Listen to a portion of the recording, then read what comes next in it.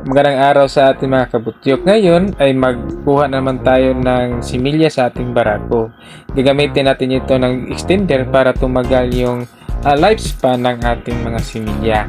Una natin ginagawa is painitin muna natin yung tubig ng maligamgam para hindi gaano ma-shock yung similya pag inihalo na natin sa tubig.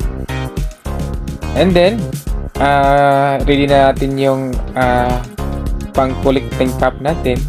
At saka before tayo pumunta sa ating barako, may napansin kasi kaming dito, piik na nagtatae. Kaya inijikan muna namin ng Terramycin LA or bacteria sorry. So ito rin, dalawa yung nagtatae. So binigyan ko sila ng Terramycin LA.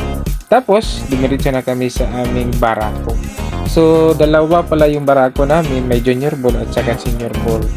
Itong white, si Lupito, is senior bull na. Sa kabilang tangkal, nandun rin si Mario na isang junior bull. And then,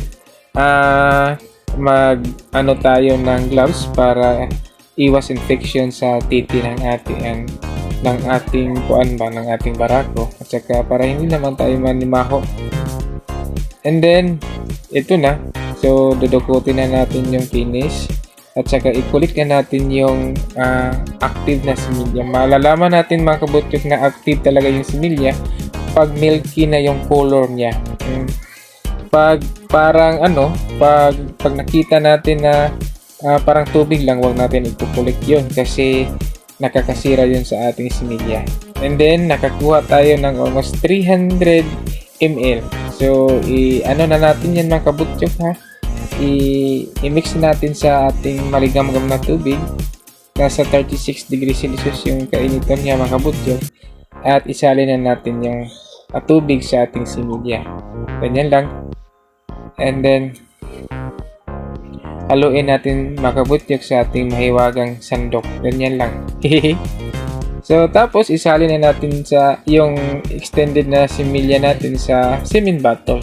Mga kabutyok, no? So, yung semen bottle, nabibili lang natin sa Shopee lang yun. Salamat Shopee. At saka, lalagyan natin ng takip. No? So, okay naman yung takip sa Shopee. Okay? So, parang tag 8 pesos yata yung bili ko sa semen bottle na yan. And, pagkatapos, ganyan, talagang i-check lang natin na magin na kung nahugot pa siya. And then, para ma-sure talaga makabutyok na active talaga yung similya na kulit natin, i-test natin yung isa. Kukuha tayo ng isang semen bottle at i-test natin gamit yung microscope natin mga kabutyok, no? Para malaman talaga natin ba kung buhay pa ba yung mga binhi na ating kinukulikta. So, yung microscope pala mga kabutyok, ibini ko lang sa Shopee. Talagang salamat Shopee. So, ito na yung mga kabutyok, ang actual. Makita natin talagang active na active lahat sila. Gumagalaw-galaw sila na parang mga similya ng mga ng mosquito. Talagang napakalikot nila. Ibig sabihin lang yan mga kabutyok, talagang active. So, pag nakita natin na active dahil sa microscope, atin na natin siyang i-store gamit yung semen ref natin mga kabutyok. Yung semen ref natin ay galing din sa Shopee. Salamat Shopee. So, hanggang dito na lang mga kabutyok. Salamat po sa panonood. And sa lahat po na nakapanood po ng video nito, sana po ay mag-subscribe kayo sa aking channel. Salamat po. Bye-bye. Ingat.